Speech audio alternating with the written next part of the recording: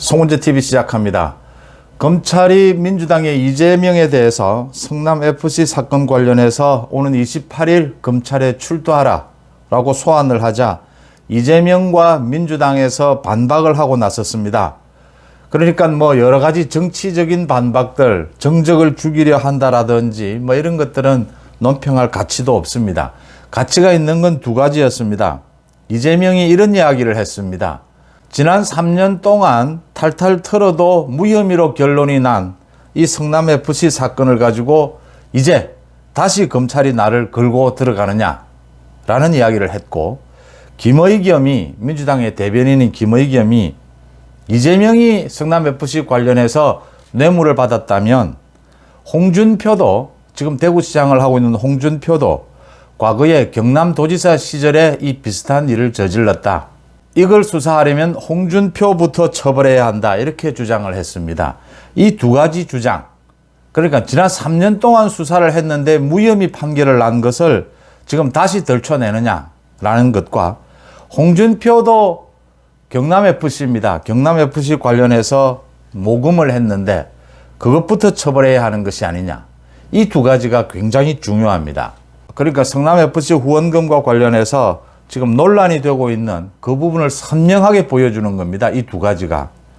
이재명 쪽에서 이 두 가지 문제를 제기했는데 이 두 가지가 어처구니 없게도 말이 되지를 않는다라고 하는 겁니다. 이 두 가지를 꼼꼼하게 짚어보면 이재명이 성남FC 관련해서 왜 제3자 뇌물죄인지가 선명하게 드러나는 것입니다. 그러니까 이재명의 이런 반박이 오히려 재무듬을 팠다라고 하는 것입니다.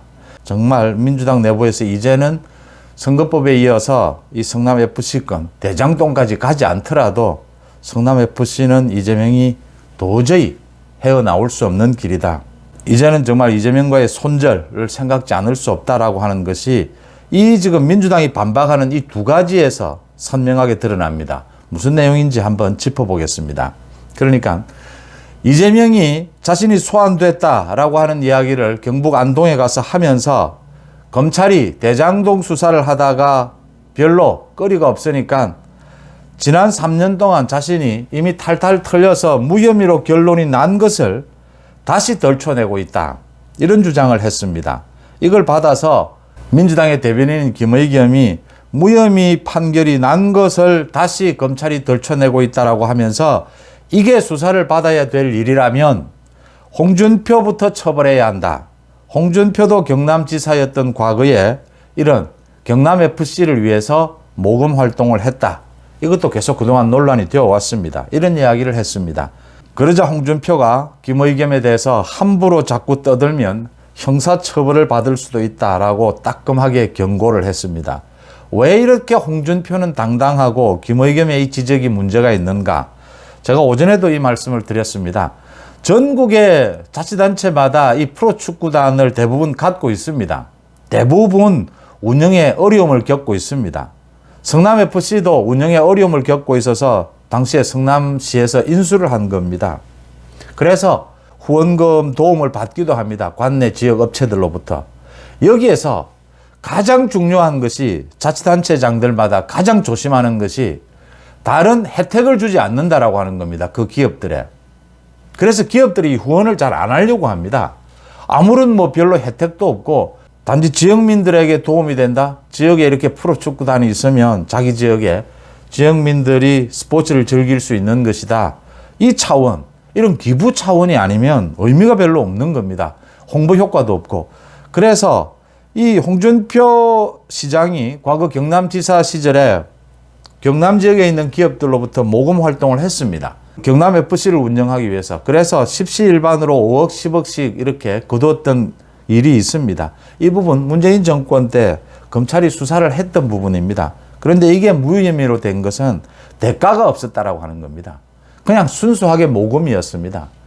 기업이 정말 대가 없이 자치단체에서 하는 이런 모금 활동에 참여를 했겠느냐라고 따져 들어가면 기업 입장에서는 자치단체와의 관계, 이미지 개선 뭐 이런 것들입니다. 그런 정도는 대가성이라고 볼 수 없다. 이렇게 판정이 나는 겁니다. 이 부분을 자치단체장들마다 굉장히 조심합니다. 분명한 혜택을, 대가를 준 게 드러나면 이게 바로 제3자 뇌물에 걸려들기 때문입니다. 홍준표가 오늘 한 이야기는 그 이야기입니다. 나는 이런 법적인 문제가 있다는 것을 분명하게 알고 그 부분에 걸려들지 않기 위해서 순수한 모금 활동을 했다. 그러니까 금액도 많지 않았다. 그런데 이재명은 이런 사실을 알지 못했거나 또는 이재명은 간이 큰 겁니까? 이 모든 자치단체장들이 조심하는 이 일에 걸려들었다라고 하는 겁니다. 두산그룹의 그 건물에 대해서 용도 변경을 해주는 대가를 지불을 했고 두산으로부터 기부 체납도 받고 이 55억 원이죠. 55억 원의 후원금도 받았다라고 하는 겁니다. 그 과정에서 논의되는 과정에서 그 서류들이 모두 남아있고 그 서류들을 모두 검찰이 압수수색을 했다라고 하는 겁니다. 거기에는 이재명이 두산그룹의 그 이익금을 환수할 수 있는 방법을 검토하라라고 지시를 한 그 메모지도 검찰이 압수를 했다라고 하는 겁니다. 그러니까 많은 자치단체들이 하고 있지만 이재명이 한 것은 뇌물에 걸려든다라고 하는 것입니다. 또 하나는 지난 3년 동안 이게 무혐의로 결론이 났는데 왜 또다시 덜쳐내느냐라고 이재명이 이야기하고 김의겸이 그 이야기를 했는데 지난 3년 동안 문재인 정권 아래서 경찰과 검찰이 이걸 뭉개고 있었다라고 하는 겁니다. 그러니까 이거 최초로 불거질 때는 2018년 6월입니다. 경기도지사 선거였습니다.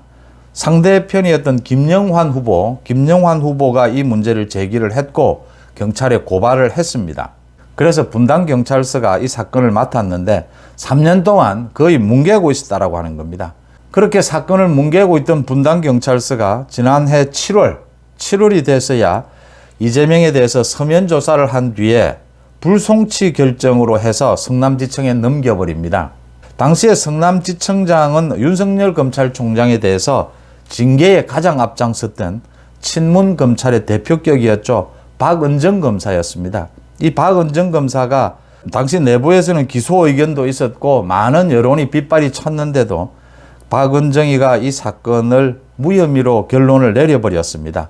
그러면서 박은정 밑에 있던 박하영 차장검사가 사표를 내는 소동이 일어나기도 했습니다. 이 부분에 대해서 항의 표시로 사직서를 제출했다라고 하는 겁니다. 이렇게 소동까지 일면서 박은정이가 뭉개버린 사건이었습니다. 그걸 다시 올해 들어와서 지난 2월에 분당경찰서가 보안 수사를 하고 7월 들어서야 검찰 인사를 통해서 성남지청장이 바뀌고 난 다음에 이창수 성남지청장입니다. 이렇게 성남지청장이 바뀌고 난 다음에 본격적으로 수사를 해서 이재명의 최측근인 정진상이는 기소가 됐고 그 공모관계에 있던 이재명 시장도 이제 소환 결정이 된 것입니다. 그러니까 이재명 쪽에서 지금 반박하고 있는 게 들어볼 만한 내용은 성남FC 후원금과 관련해서 이 사건은 이미 3년 동안 무혐의 판결이 난 것이다. 또 하나는 자신에게 잘못이 있다면 홍준표도 잘못이 있다라고 한 것입니다. 이게 재무덤을 판 이유가 홍준표는 아무런 대가를 준 것이 없다라고 하는 것이 이미 드러났습니다. 또 하나 있는 지난 3년 동안 이게 무혐의 된 이유는 경찰과 검찰에서 뭉갰기 때문입니다. 정권이 바뀌고 난 다음에 다시 재수사하니까 이 혐의가 드러나게 돼서 그래서 이제 소환이 된 겁니다. 자기 스스로 자기 발등을 찍었다라고 하는 부분을 지적을 하고요. 민주당이 이재명이 다음 주 28일 이제 소환 조사를 받게 되면 민주당이 더 큰 혼란에 분열로 접어들 것이다 라는 부분이 예상이 되는 대목입니다. 이건 꼭 법적인 전문적인 지식이 없더라도 상식적으로 들여다보면 모두 보이는 부분이고 판단이 되는 부분들입니다. 제가 강조할 부분은 전국의 많은 자치단체장들이 체육, 이 스포츠 팀을 운영을 하고 있습니다. 모두 운영에 어려움을 겪고 있습니다. 그런데도 선뜻 후원금 모금에 나서지 못하는 이유는 이런 부분에 걸려들기 때문에 못하고 있습니다. 그걸 이재명이는 법을 모르는 건지 과감한 건지 다른 의도가 있는 건지 선뜻 했던 겁니다. 저질렀던 겁니다. 송은재TV 마칩니다. 고맙습니다.